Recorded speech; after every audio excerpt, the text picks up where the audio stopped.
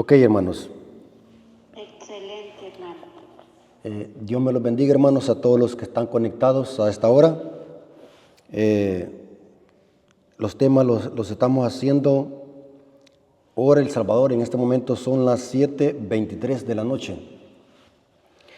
Así que, hermanos, vamos a iniciar esta clase. Espero que sea una bendición para todos nosotros y que podamos aprender más de la palabra de Dios y sobre este tema que es uno de los pilares de la Iglesia Adventista, el santuario. Vamos a orar para que Dios nos dirija en esta hora. Oremos. Bendito Señor que estás en el cielo, santificado sea tu nombre. Te pedimos, Señor, en este momento que nos dé sabiduría, inteligencia, que solamente proviene de lo alto para que podamos entender este tema y lo podamos asimilar. Bendice a tus hijos que van a escuchar este tema, que ellos sean bendecidos con tu palabra, que podamos crecer en conocimiento tanto intelectual como espiritualmente. Bendice este mensaje que pueda llegar a los corazones en toda la ancha faz de la tierra y que este mensaje, Señor, pueda transformar vidas para la honra y gloria de tu nombre. Te lo pedimos, Señor, todos tus favores, en el nombre de Jesús. Amén. Ok, hermanos, quiero que se concentren lo más posible que puedan, porque este tema, hermanos, para mí, desde mi perspectiva, este es uno de los temas más profundos que contiene la Biblia. Lo digo desde mi perspectiva. Así que vamos a analizar en esta hora la relación que existe entre el campamento de los santos y la encarnación de Cristo o su humanidad. Hagamos un repaso de lo que vimos anoche para que podamos nosotros colocar el marco y podamos ubicarnos de lo que se va a tratar el tema, porque anoche vimos de que el santuario tiene 4 lugares clave, no 3, 4 lugares claves. Y estos 4 lugares claves presentan 5 funciones ministeriales de Cristo en el plan de salvación y en el santuario celestial. El primer lugar clave vimos anoche que es el campamento de los santos, que representa la encarnación y la humanidad de Cristo. El segundo lugar clave es el atrio, que representa el sacrificio de Cristo, su muerte. El lugar santo es el tercer lugar clave, representa la intercesión sumo sacerdotal de Cristo. El cuarto lugar clave representa, que es el lugar santísimo, representa que Jesús es nuestro juez. Y la salida del lugar santísimo representa que Jesús es nuestro Rey de Reyes y Señor de Señores. Y la salida del lugar santísimo está relacionada con la segunda venida de Cristo. En esta hora vamos a ver lo que representa el campamento de los santos. ¿Qué es el campamento de los santos? Para los hermanos que quizás no saben estos términos. El campamento de los santos era todas las tribus de Israel que estaban alrededor de la carpa, de esa carpa que edificó Moisés. El campamento eran las 12 tribus de Israel que estaban bien ordenadas alrededor del santuario. ¿Qué representa el campamento de los santos en el plan de salvación? Representa la encarnación de Cristo y su humanidad. ¿Por qué es importante, hermanos, hablar primero del campamento de los santos antes de hablar de cualquier otro tema? Escuchen lo que voy a decir, hermanos adventistas. Usted puede conocer de profecía apocalíptica, usted puede conocer de doctrina, pero si no conoce lo que significa el campamento de los santos en el plan de salvación, usted está predicando una verdad presente, pero a media. Es imposible, hermanos, que nosotros podamos hacer una casa en el aire. Nadie en su sano juicio va a empezar a construir una casa comenzando desde el techo. Tiene que poner primero el fundamento. El fundamento del santuario lo encontramos en el campamento de los santos, que representa la encarnación de Cristo, su humanidad. Noten cómo dijo Elena de White en Mensajes Selectos, tomo 1, página 286, párrafo 1. Noten, hermanos, qué poderosa cita lo que esta mujer de Dios escribe aquí. Repito, Mensajes Selectos, tomo 1, página 286, párrafo 1, dice: la humanidad del Hijo de Dios es todo para nosotros. Noten, hermanos, pongan atención, hermanos, porque esta es una clase, hermanos. Aquí no estamos dando ningún tipo de sermón. Este es un estudio profundo. Dice ella, la humanidad del Hijo de Dios es todo para nosotros. Es la cadena áurea que une nuestra alma con Cristo y mediante Cristo con Dios. Esto ha de ser nuestro estudio. Terrible, hermanos, esta cita, poderosa cita, profunda cita, y se la voy a repetir, hermanos, para que puedan ustedes entender. La humanidad del Hijo de Dios es todo para nosotros. O sea, ahí está compactado el plan de salvación. O sea, no podemos entender lo demás del santuario si no entendemos el simbolismo que encontramos en el campamento de los santos.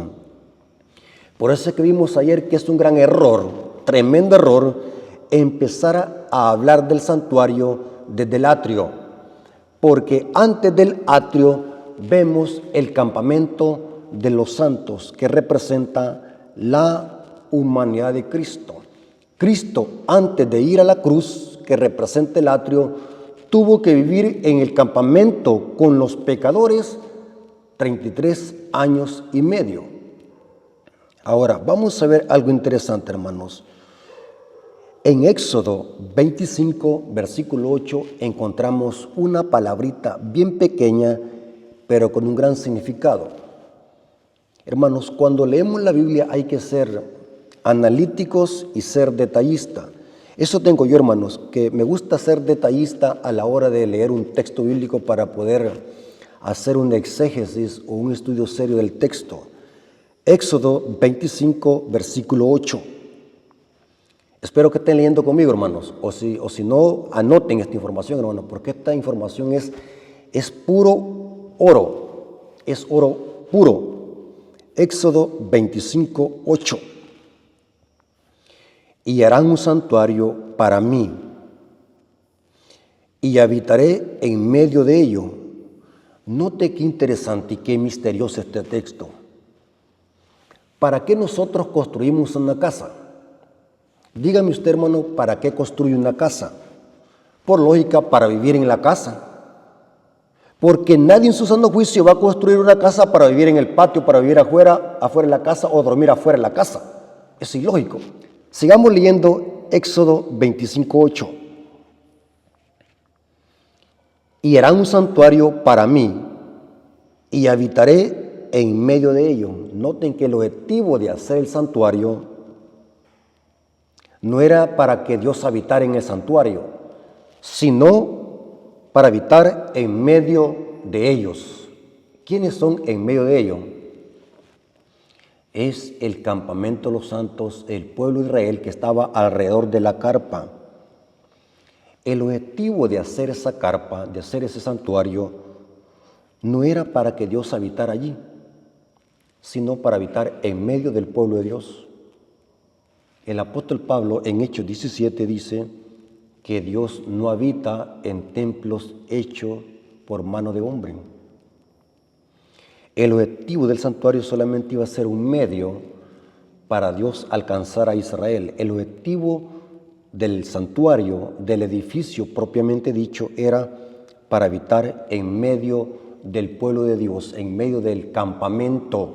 Noten estos detalles no los vayan a pasar por alto, hermanos, y no quiero que se vayan a perder, porque si se pierden no van a hallar el camino.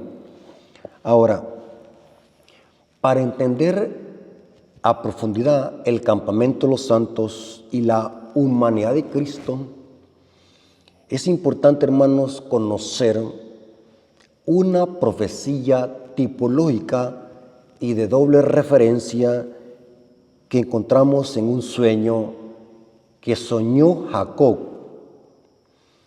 Este sueño está registrado en Génesis 28, versículo 10 al 12. Génesis 28, versículos 10 al 12. Noten, hermanos, lo que soñó Jacob. Salió pues Jacob de Beerseba y fue a Harán, y llegó a un cierto lugar y durmió allí, porque ya el sol se había puesto, y tomó de piedras de aquel paraje y puso en su cabecera.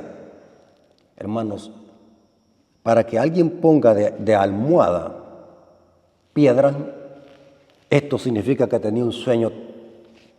¿Qué sueño tenía para que acostarse encima de una piedra, hermanos? Eso duele la cabeza.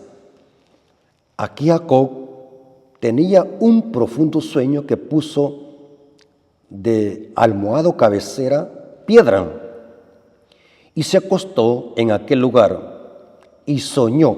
Noten qué extraño sueño soñó.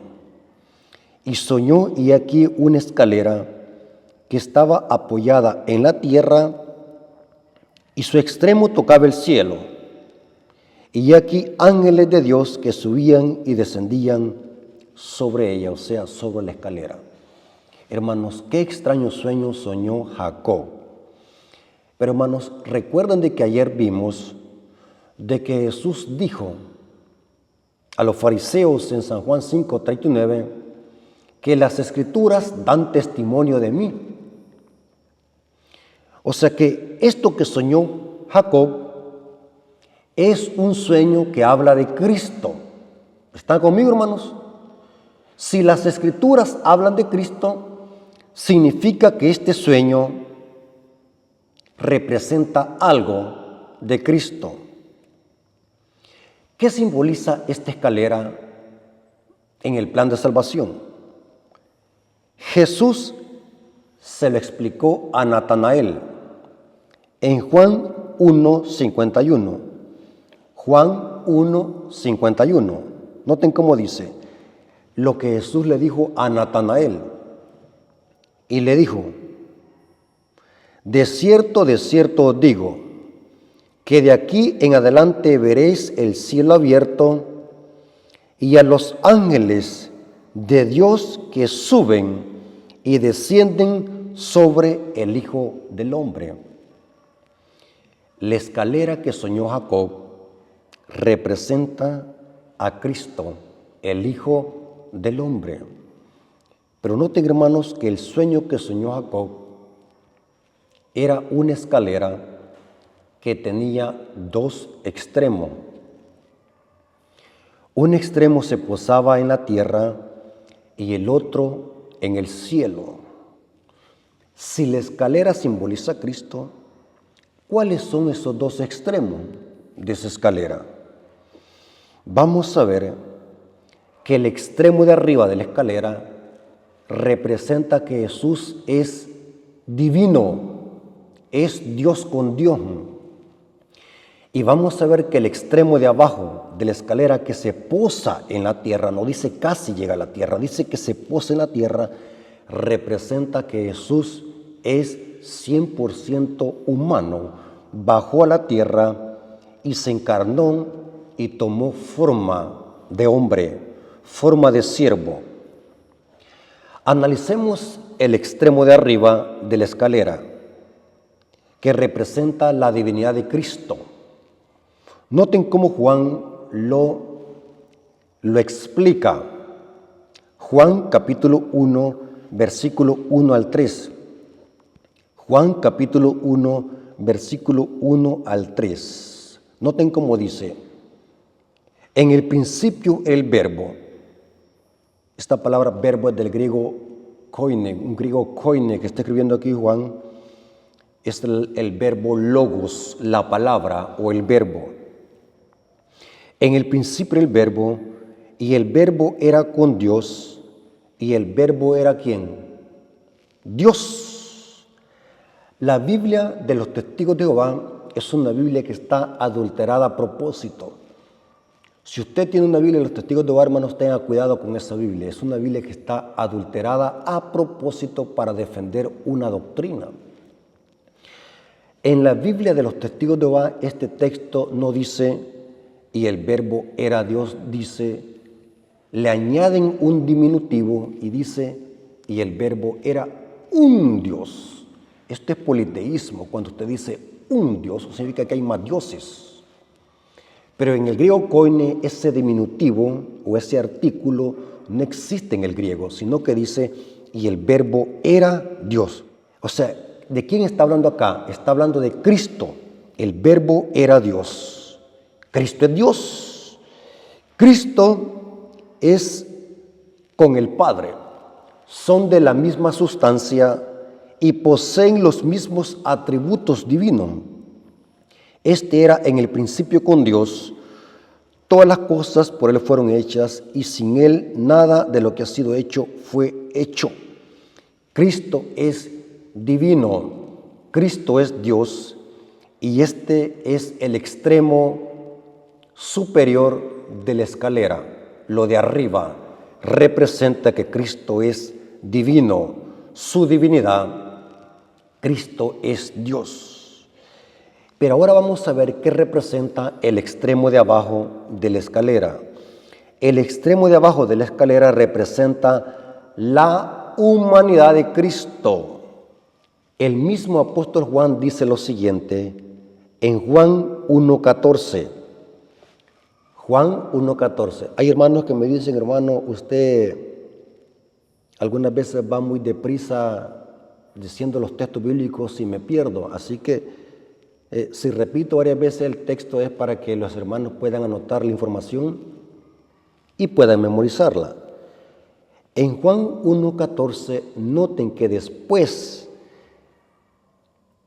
de que antes había hablado de la divinidad de Cristo, ahora noten cómo presenta Juan a Cristo. Juan 1:14 dice, y aquel verbo, ¿quién es el verbo? Cristo, el Logos. Y aquel verbo fue hecho carne. Noten, no dice que casi se hace carne, dice se hizo, hecho, se hizo carne. Y habitó entre nosotros. ¿Para qué se hizo carne, hermanos? Repita conmigo. Para habitar entre nosotros. ¿Dónde vimos eso? Éxodo 25:8. Y habitó entre nosotros y vimos su gloria, gloria como la del unigénito del Padre, lleno de gracia y de verdad. Hermanos, ¿saben qué significa la palabra habitar acá? Recuerden que estamos profundizando en este tema. Busqué en el diccionario Strong la palabra habitar y noten lo que dice el diccionario Strong. La palabra que se usa aquí es del griego eskenó. Y noten cómo dice.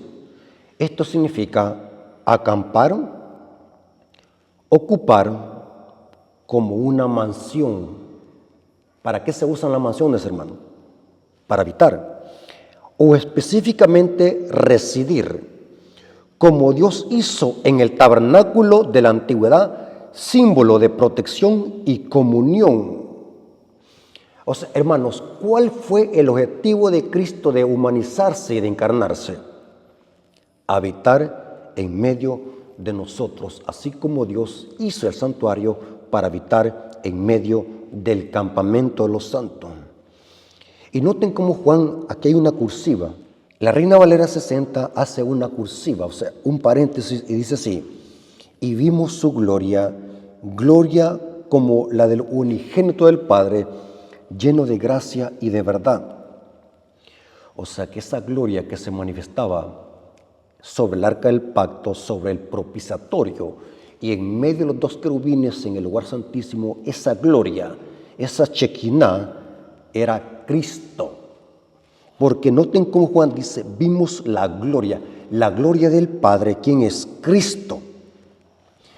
Una vez escuché a un hermano, y hay que tener cuidado, hermanos, hay hermanos que se meten a predicar temas y no los desconocen. Yo les digo a los hermanos, Dios a cada quien nos ha dado un don. Entonces, si usted no tiene conocimiento de un tema, hermanos, no lo vaya a predicar, absténgase.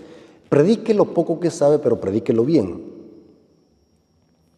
Hay muchos predicadores que dicen así, que cuando Jesús se humanizó y bajó del cielo a la tierra, su divinidad la dejó en el cielo. Eso es diabólico, hermanos. Cristo no dejó su divinidad ahí en el cielo, la trajo consigo. Lo que hizo es ocultar su divinidad en un cuerpo humano, en un tabernáculo humano. ¿Me doy a explicar? O sea, Cristo renunció a sus prerrogativas divinas, pero no es que dejó su divinidad en el cielo y se vino acá solamente podemos decir así, un caracol. Dentro de la humanidad de Cristo estaba la divinidad de Cristo. Lo que hizo es velar, ocultar esa gloria con un tabernáculo humano. Porque si Jesús hubiese venido con esa gloria que tenía con el Padre, en lugar de venir a salvarnos, hubiese venido a destruirnos, porque nadie puede ver a Dios y su gloria, porque si lo ve, inmediatamente muere. Eso le dijo Dios a Moisés. No puedes ver mi rostro, o sea, mi gloria, porque vas a morir. Así que Cristo, para poder alcanzarnos y habitar con nosotros y hacer una tienda en el campamento y convivir con nosotros, la única forma era humanizarse y velar su gloria en un tabernáculo humano. Estos detalles, hermanos, son bien importantes. Si ustedes escuchan a un predicador que dice que Cristo dejó su divinidad en el cielo, eso es diabólico. Cristo sigue siendo Dios. Y vamos a ver en este estudio que Cristo, aunque es Dios, vivió en esta tierra como hombre y su divinidad la ocultó en un tabernáculo humano. Noten lo que dice el apóstol Pablo. Filipenses capítulo 2, versículos 6 al 9. Filipenses capítulo 2, versículos 6 al 9. Hermanos, anoten esta información, hermanos, que esta información vale oro. Y hermano, estoy colocando el marco. Ya van a ver lo que vamos a hablar más adelante. Se van a quedar impactados. Filipenses capítulo 2, versículos 6 al 9 dice, hablando de los dos extremos de la escalera, el de arriba y el de abajo, el cual siendo en forma de Dios, este es el extremo de arriba, no estimó ser igual a Dios como cosa que se aferrase, sino que se despojó de sí mismo, tomando forma de siervo. Esta palabra es del griego doulos, esclavo, hecho semejante a los hombres, y estando en la condición de hombre, repita conmigo, hermanos, en la condición de hombre. Pregunto, hermanos, ¿cómo vivió Cristo en esta tierra? ¿Como Dios o como hombre? Como hombre. Y se humilló a sí mismo, haciéndose obediente hasta la muerte. Hermanos, Dios no obedece a nadie. Dios a nadie le obedece. Pero Cristo fue obediente porque estaba como hombre en esta tierra, haciéndose obediente hasta la muerte. Dios no muere. Los hombres son los que mueren, porque Cristo estaba en esta tierra como hombre, haciéndose obediente hasta la muerte, y muerte de la cruz, por lo cual Dios también lo exaltó hasta lo sumo, y le dio un nombre que es sobre todo, ¿qué? Nombre. Los dos extremos de la escalera. Cristo es Dios y Cristo es hombre. En Cristo estaban las dos naturalezas, la divina y la humana. Interesante. Ahora bien, quiero que se concentren, hermanos, porque esto que voy a hablar ahora es muy delicado. Y si usted está en alguna silla, le sugiero, hermanos, que se sostenga porque no quiero que vaya a caer de espalda y se vaya a fracturar una extremidad. Porque lo que vamos a presentar en este estudio, lo que resta de este estudio, hermanos, es impactante. Así que quizás lo que vamos a decir va a chocar con alguna creencia errónea que tenía, pero lo importante es que esté escrito. Así que desaparezcamos de nuestra mente todo prejuicio, toda idea preconcebida. Dejémonos guiar por lo que está escrito en la Biblia y en el Espíritu de Profecía. El apóstol Pablo, en Romanos capítulo 5, habla de dos Adanes. El primer Adán que cayó y Cristo, el segundo Adán. Por el primer Adán entró el pecado. Y por el segundo Adán, que es Cristo, viene la vida eterna. Eso lo dice Pablo en Romanos 5. Ahora, el apóstol Pablo hace un contraste entre los dos Adanes, el Adán primero y el Adán segundo. Pero aquí viene la pregunta que vale 50,000 millones de dólares. La pregunta es, ¿cuál naturaleza humana tomó Cristo? ¿La de Adán antes que cayese o la de Adán después de que cayó? Si Cristo es el segundo Adán, Pablo lo dice en Romanos 5, la pregunta es, cuando Cristo se humanizó para habitar en el campamento con nosotros, ¿cuál humanidad tomó? ¿La de Adán antes de caer o la de Adán después de su caída? Ahora, aquí viene la información. Me voy a concentrar, hermanos, porque necesito concentrarme para darme a explicar, hermanos. En la Iglesia Adventista hay dos posturas. Dos posturas que ninguna de las dos posturas es oficial. ¿Qué decimos con oficial? Cuando algo es oficial de la Iglesia Adventista es cuando se ha llevado al pleno en un congreso de la Asociación General y se ha votado en el pleno para que eso sea algo oficial de la Iglesia Adventista. Sobre la naturaleza humana de Cristo, aún no hay ninguna posición oficial de la Iglesia Adventista. En la Iglesia Adventista hay dos posturas.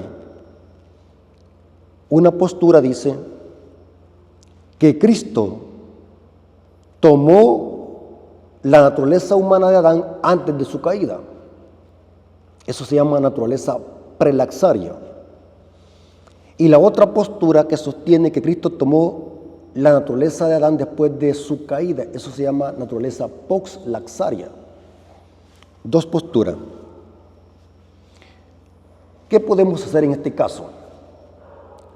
¿Cuál de las dos posturas es la correcta?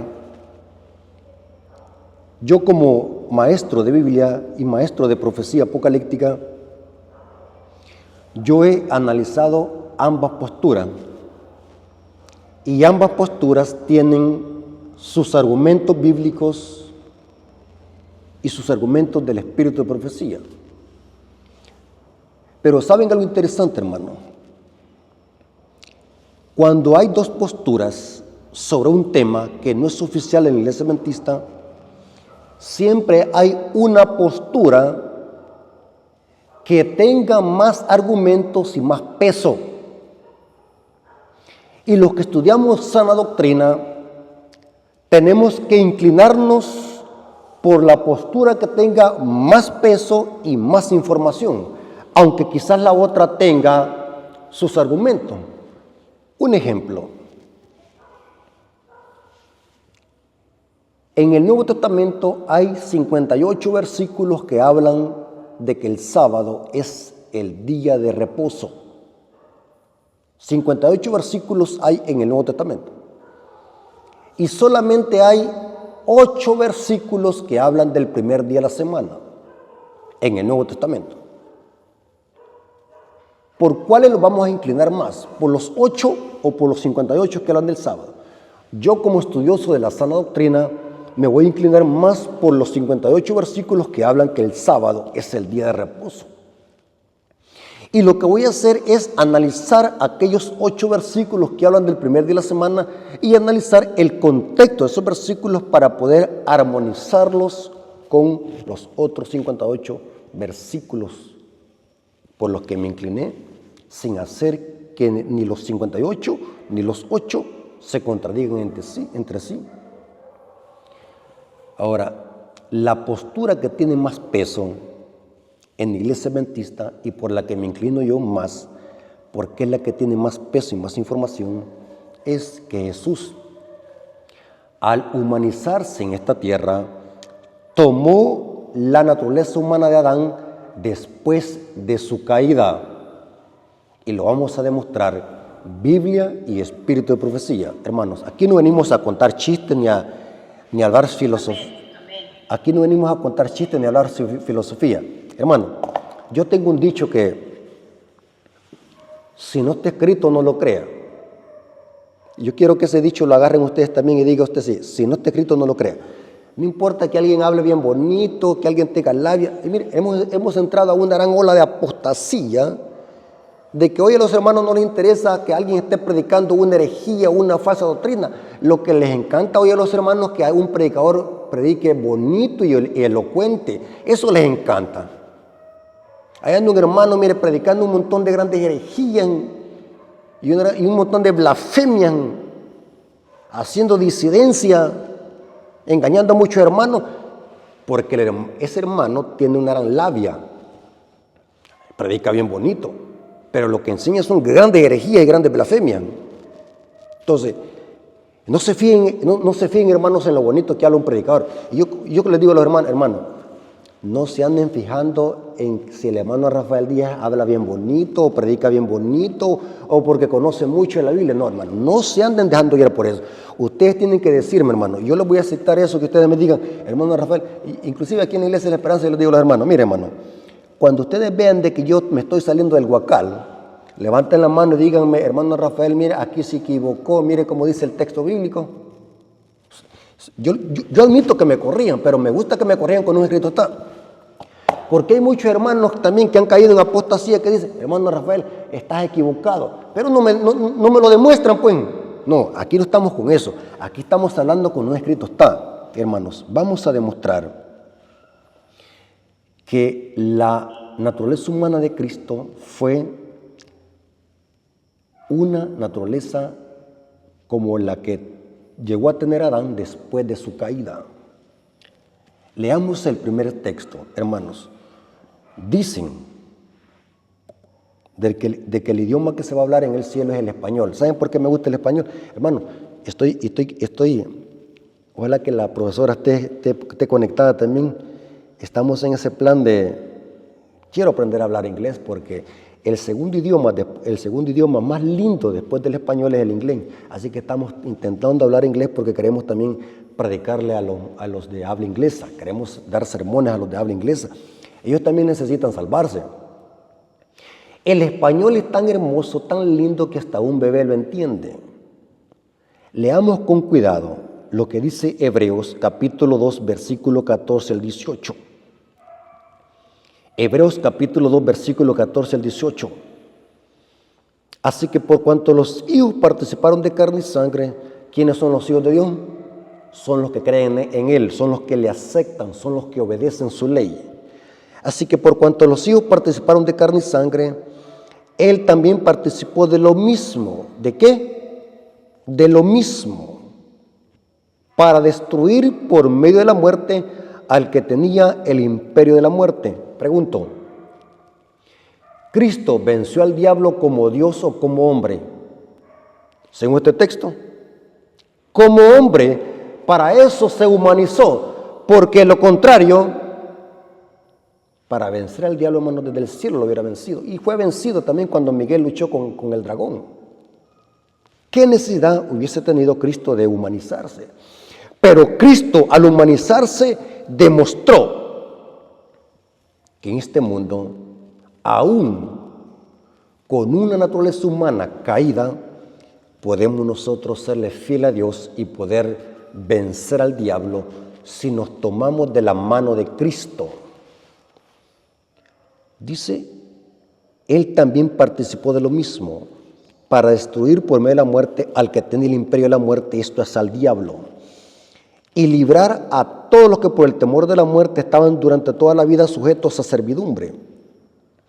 Porque ciertamente no socorrió a los ángeles, sino que socorrió a los descendientes de Abraham. Hermanos, ¿quiénes son los descendientes de Abraham? Gálatas 3:28 al 29 dice: si ciertamente sos de Cristo, linaje de Abraham sois y herederos de la promesa. Nosotros somos hijos de Abraham por la fe. O sea, Jesús al humanizarse tomó nuestra naturaleza, por lo cual debía ser en todo semejante a sus hermanos. ¿Quiénes son los hermanos de Cristo? Son los que hacen mi voluntad, dijo Cristo. Hermano, Cristo estaba reunido con los discípulos y llega alguien y le dice: maestro, te busca tu madre y tus hermanos. Y Cristo le dijo a los discípulos: ¿quién es mi madre y mis hermanos? Los que hacen la voluntad de mi Padre que está en los cielos. Cristo dice, por lo cual debía ser en todo semejante a sus hermanos, para venir a ser misericordioso y fiel sumo sacerdote en lo que a Dios se refiere, para expiar los pecados del pueblo, pues en cuanto Él mismo padeció siendo tentado, es poderoso para socorrer a los que son tentados. En otras palabras, Cristo tomó nuestra naturaleza humana. ¿Y cuál naturaleza humana tenemos nosotros? Naturaleza humana caída. Porque, hermanos, les voy a explicar, hermanos, un punto importante, hermanos. Y quiero que se concentren, hermanos, porque estos temas son demasiado profundos. ¿Sabe, hermano, que sobre este tema de la naturaleza humana de Cristo oye bien, hermano, tengo aproximadamente 200 sermones solo de la naturaleza humana de Cristo? En este estudio no estamos hablando de la divinidad de Cristo, porque sabemos de que Cristo es divino. En este estudio estamos hablando de la humanidad de Cristo, que está simbolizada en el campamento de los santos. Noten cómo dice Romanos 8, versículo 3. Romanos 8, versículo 3. Hermanos, hay una doctrina, pongan el dedo ahí en el texto bíblico, Romanos 8, 3. Hay una doctrina, yo le llamo esta doctrina diabólica. Repita conmigo, hermanos, es una doctrina diabólica. ¿Cuál doctrina? Es una doctrina que se llama la doctrina del pecado original. Esta doctrina, el creador de esta doctrina es San Agustín de Hipona, es un teólogo de la Iglesia Católica. Este doctor en teología de la Iglesia Católica sostenía que por el hecho de nacer en este mundo ya nos constituíamos en pecadores. Si ese es el caso, si seguimos la lógica de San Agustín de Hipona, significa entonces que Cristo, por nacer en este mundo, se convirtió en pecador. Doctrina diabólica del pecado original. Porque según el concepto católico, desde que nacemos en este mundo, heredamos la culpa y el pecado de Adán.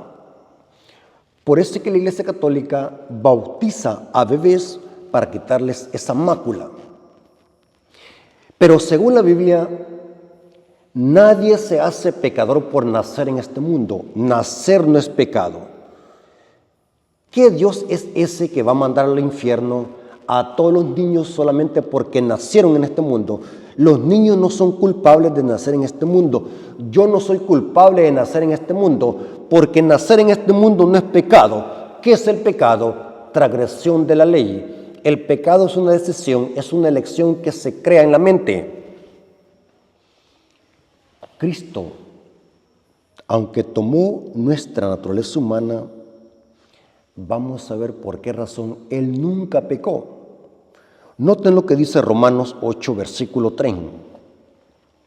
Y saben, hermanos, que esta doctrina del pecado original, y lo digo con respeto, hermanos, porque no estamos aquí para acusar a nadie, pero es importante decir la verdad, son miles de adventistas que han sido contaminados con esta doctrina del pecado original. Creen de que desde que nacemos en este mundo venimos pecando, somos pecadores por nacer en este mundo. Pregúntele a cualquier adventista, hermano, ¿y nosotros nacemos pecadores? Sí, nacemos pecadores. Doctrina del pecado original. Nadie nace pecador. Nacemos con una naturaleza humana pecaminosa, pero no pecadores. Nos convertimos en pecadores cuando conocemos el bien y el mal. El pecado es una elección que se crea aquí en la mente. O sea, tener este cuerpo que yo tengo, esto no es culpa mía. Dios no me puede mandar al lago de fuego simplemente por tener este cuerpo. Yo no decidí tenerlo. Lo que sí me manda a la condenación eterna es la decisión que yo haga, ya sea para vida o para muerte. El pecado es una elección. Morir, la primera muerte, es consecuencia del pecado. La segunda muerte sí es una elección y la podemos evitar. Morimos la primera muerte cristianos e impíos, pero esa muerte primera es fruto porque por haber entrado el pecado en esta tierra perdimos el acceso a comer del árbol de la vida.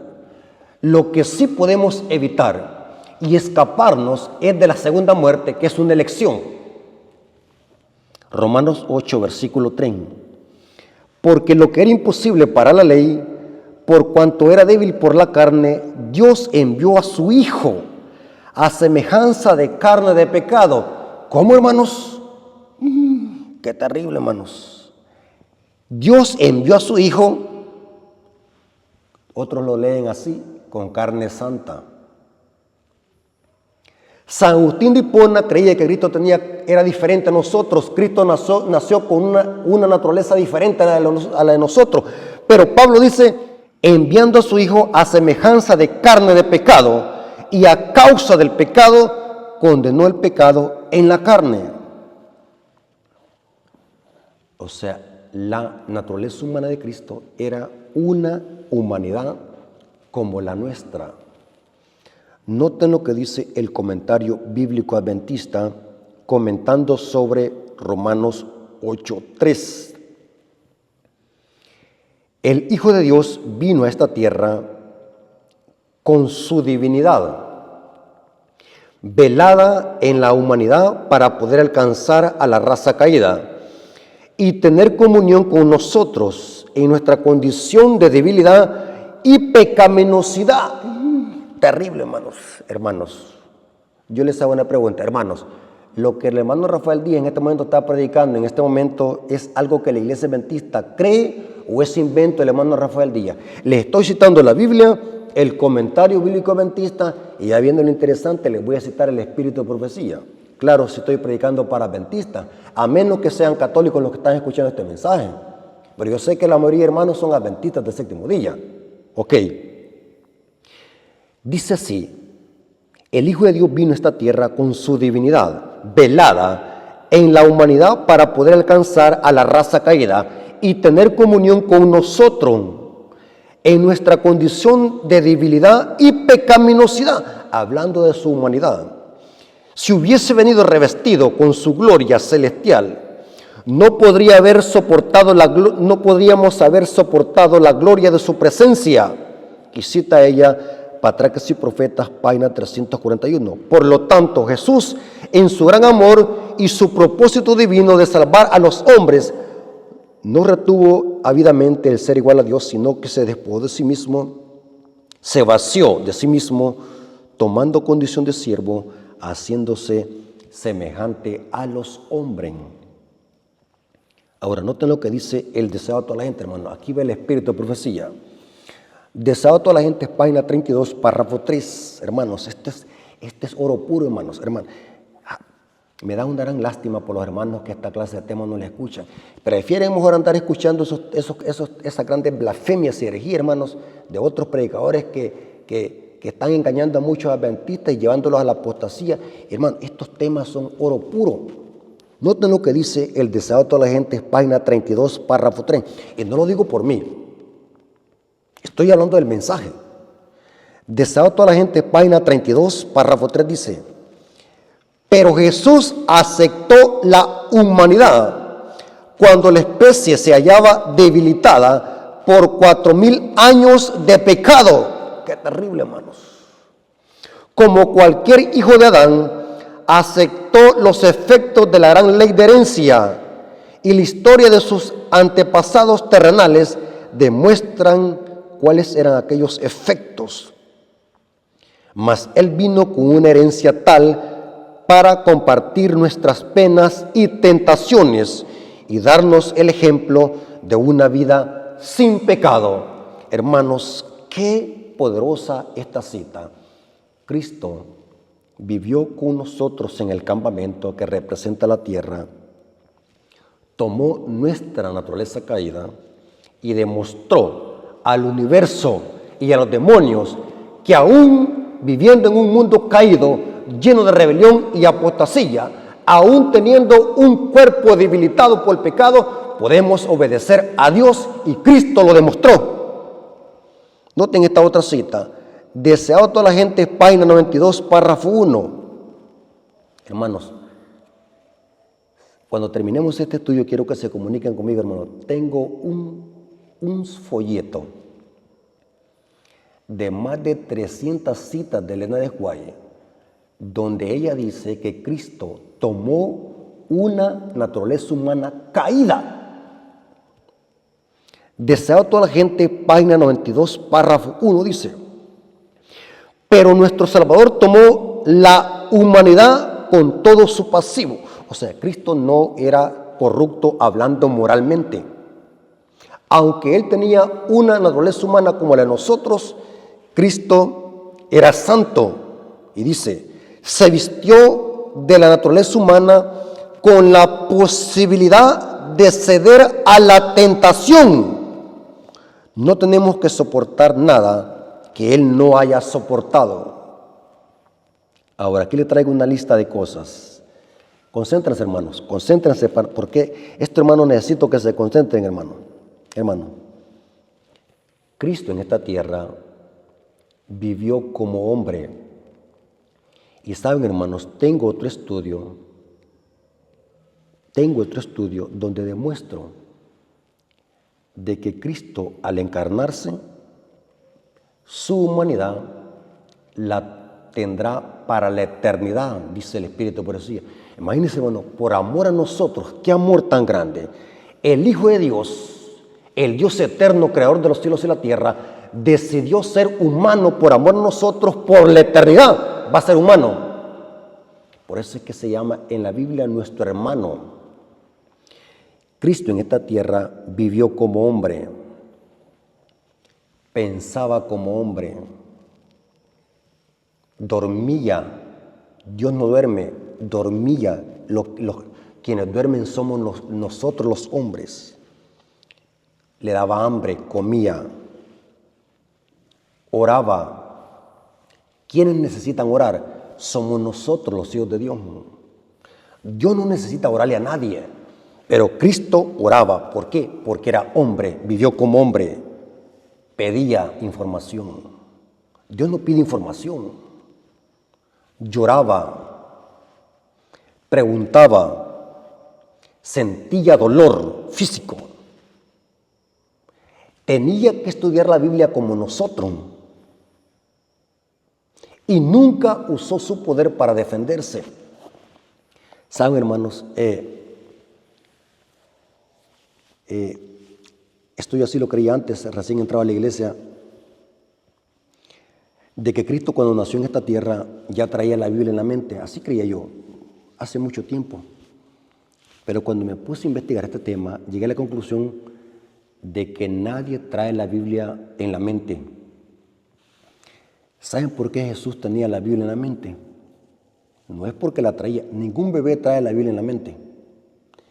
Cristo llegó a conocer la Biblia. ¿Saben por qué dice el Espíritu de Profecía? Porque su mamá humana, María, le enseñó las Escrituras desde niño. Escuchen lo que estoy diciendo.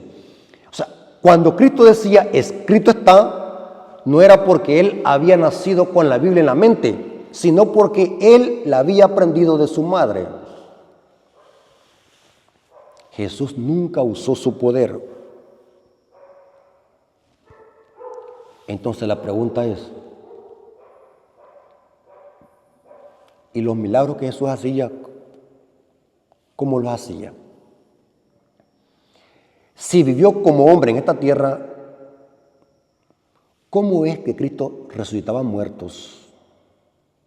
Resucitó a Lázaro, calmaba tempestades. ¿Por qué razón entonces hacía Jesús eso? ¿Dónde estaba el secreto del poder de Cristo? Agarren esta información, hermanos. Juan 5, 19 al 20. Juan 5, 19 al 20, hermanos. Esto es tremendo, hermanos. Cristo nunca usó su poder. Estos milagros que Jesús hacía, era el Padre haciéndolos a través del Hijo. Cristo nunca usó su poder para vencer al diablo. Cristo usó el poder del Padre que estaba en Él. Cristo venció al diablo con pura oración y con el puro poder del Padre. Y eso mismo podemos hacer nosotros.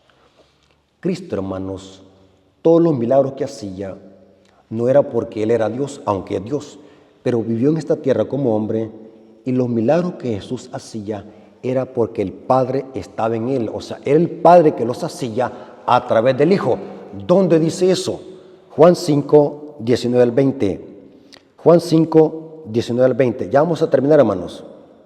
Juan 5, 19 al 20 dice: respondiendo entonces Jesús y les dijo: de cierto os digo, no puede el Hijo hacer nada por sí mismo. Repita conmigo, hermano.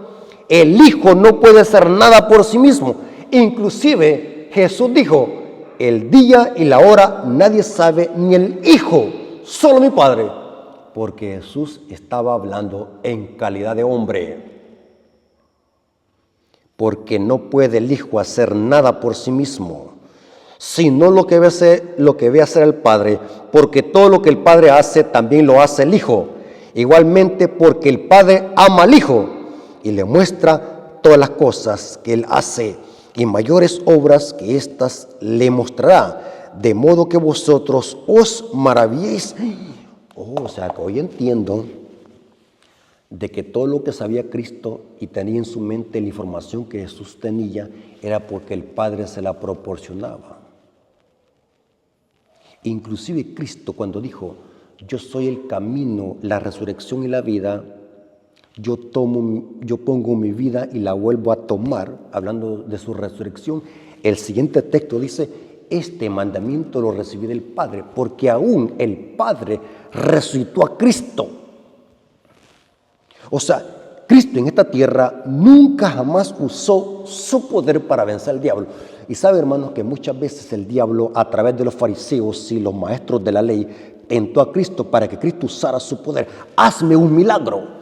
Inclusive un sacerdote le pegó una cachetada a Cristo, provocándolo. Y dice Elena de White en el desahogo a la gente de que Cristo se sintió tentado a usar su poder. El diablo quería que Cristo usara su poder para después decir el diablo: hiciste trampa. O sea, el diablo quería ponerle a Cristo una emboscada. Pero Cristo, dice la Biblia, que resistió toda tentación del diablo porque el poder de Cristo provenía del Padre.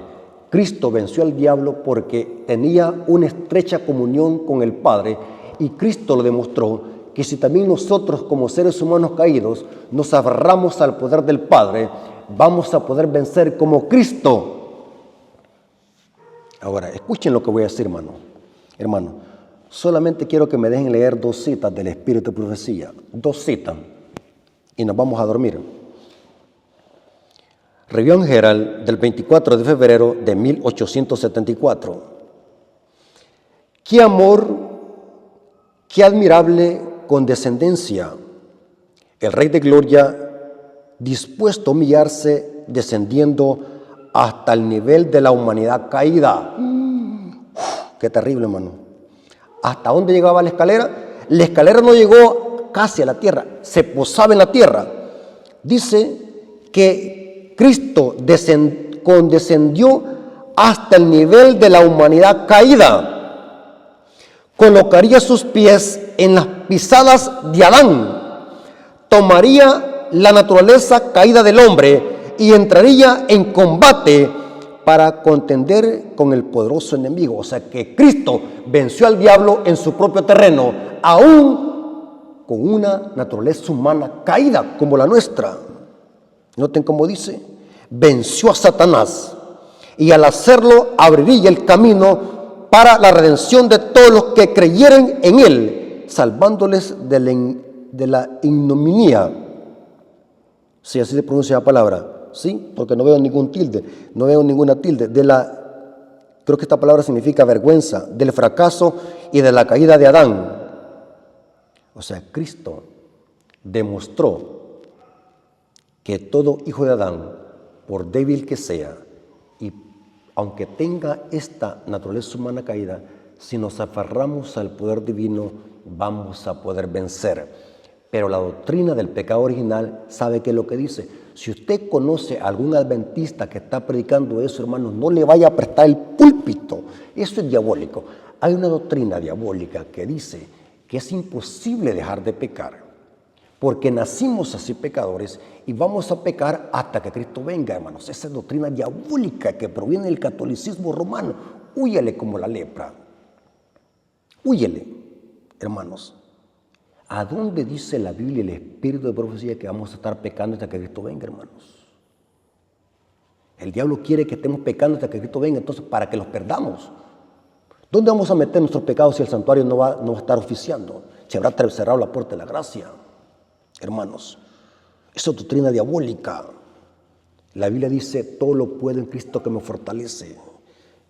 Cristo venció al diablo con una naturaleza humana caída. Noten esta cita, la dejé de por último porque es el broche de oro. Y consta, hermano, que les dije, hermano, tengo una información masiva, hermano. Esta postura es la más profunda. Los otros que creen en la naturaleza humana de Cristo prelaxaria antes de la caída de Adán, son bien pobrecitas. La información que tienen es bien humilde, bien sencilla, bien pobrecita. Pero cuando nos vamos a esta otra postura, qué terrible, hermanos. Por doquier, Elena de White dice que Cristo tomó una naturaleza humana caída. Noten esta cita, Mensajes Selectos, tomo 3, páginas 157, páginas 158. Noten cómo dice. No necesitamos colocar la obediencia de Cristo en una categoría especial. Como decir, este Cristo venció porque Él era Dios. Eso es diabólico. Claro que Cristo es Dios, pero no venció porque era Dios. Venció como hombre, pero se tomó de la mano del Padre. No necesitamos colocar la obediencia de Cristo a una categoría especial, como que si fuera algo a lo cual Él estuviera peculiarmente adoptado por una naturaleza divina particular. Porque Él se presentó delante de Dios como representante del hombre y fue tentado como el sustituto y la garantía del ser humano.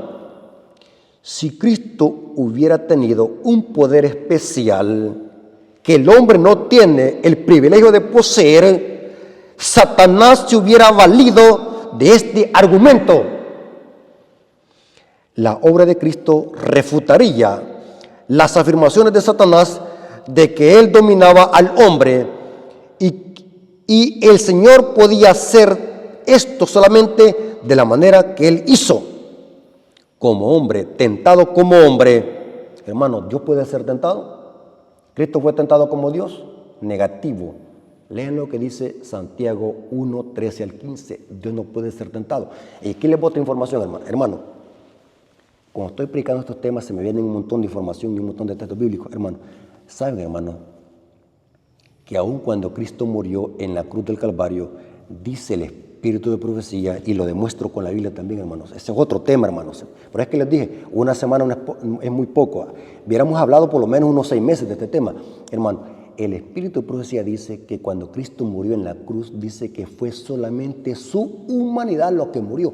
La divinidad se quedó intacta, porque Dios no puede morir porque Dios es inmortal. Ese es otro tema que tengo. Y noten cómo dice, de que si Jesús hubiese usado su poder, nosotros estuviéramos en desventajas y pudiéramos decir, Señor, sálvame así pecando porque yo no puedo vencer como Cristo venció. Pero Cristo demostró que si nos tomamos de la mano del Padre, podemos vencer como Él venció. Y dice lo siguiente, la obra de Cristo refutaría las afirmaciones de Satanás. Tened en cuenta que la victoria y la obediencia de Cristo es la de un verdadero humano. Hermano, amo esta cita, hermanos, la amo. Noten, tened en cuenta que la victoria y la obediencia de Cristo es la de un verdadero humano. Repita conmigo, hermanos, de un verdadero humano. En nuestras conclusiones cometemos muchos errores debido a nuestras opiniones equivocadas acerca de la naturaleza humana de nuestro Señor. Cuando nosotros le damos a su naturaleza humana un poder que es imposible que el hombre tenga en sus conflictos con Satanás. Destruimos el carácter completo de su humanidad. Él da a todos los que lo reciben por la fe su gracia y su poder que les atribuye. La obediencia de Cristo a su Padre era y es la misma obediencia. Hermano, lo que el hermano Rafael Díaz está predicando aquí es falso o está escrito. Está escrito, y noten cómo dice, hermano. Yo me lleno de emoción cuando leo esta cita. La obediencia de Cristo a su Padre era y es la misma obediencia que se requería del hombre. El hombre no puede vencer las tentaciones de Satanás sin que el poder divino se combine con su capacidad. Esto pasó con Cristo. Tal ocurría también con Cristo Jesús. Él podía echar mano del poder divino. Él no vino a nuestro mundo para prestar obediencia como de un Dios menor a otro mayor, sino como un hombre que debía obedecer la santa ley de Dios. Y de esta manera es nuestro ejemplo. O sea que el campamento de los santos vemos que Cristo es nuestro ejemplo a seguir. Se me acaba de venir a la mente, hermanos, esta gema de cita bíblica. Hebreos capítulo 5. Leámoslo, hermanos, leámoslo. Aprovechemos el tiempo, hermanos, porque puede ser que mañana, nadie me garantiza que mañana voy a amanecer vivo. O sea, aprovechemos estos mensajes. Hebreos capítulo 5, hermano. Versículo 7, Hebreos 5, 7.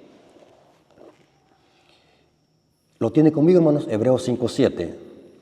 Y Cristo en los días de su carne, ofreciendo ruegos y súplicas con gran clamor y lágrimas al que le podía librar de la muerte, fue oído a causa de su temor reverente. Y aunque era hijo, por lo que padeció, aprendió la obediencia. ¿Qué dice? Aprendió la obediencia. ¿Quiénes son los que aprendemos, hermanos? ¿Quiénes son los que aprendemos a obedecer? Somos nosotros. Nadie nace obediente.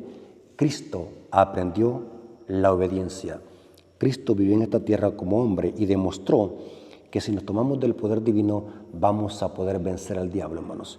Dios les bendiga, hermanos. Espero que hayan entendido lo que simboliza el campamento y por qué es importante conocer primero la humanidad de Cristo para poder conocer todo lo demás del santuario. Así que gracias a Dios porque nos permitió presentar este tema. Son temas profundos, hermanos. He ido a grandes rasgos, pero yo sé que han entendido. Así que la honra y la gloria sea por nuestro Dios, hermanos. Dios les bendiga.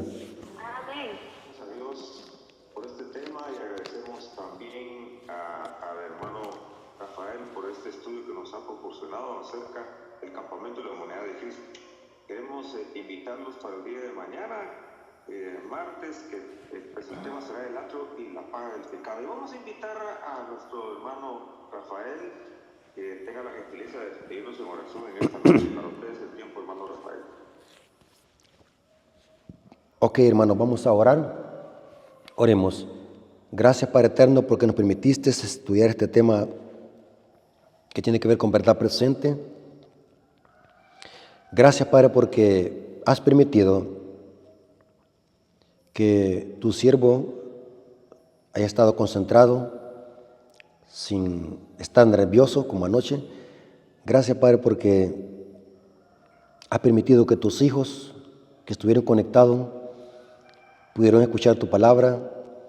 Gracias, Padre, por este mensaje tan precioso que le has depositado a tu iglesia para que lo predique a toda nación, tribu, lengua y pueblo. Nos despedimos, Señor, de este medio, Pero te rogamos, Señor, de que mañana podamos estar a la misma hora para conocer otro interesante tema que tiene que ver con tu plan de salvación.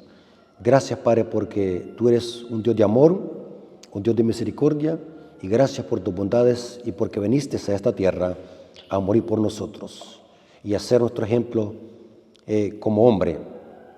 Te lo agradecemos, Señor, en el nombre de Jesús. Amén. Dios me los bendiga, hermanos, y feliz noche.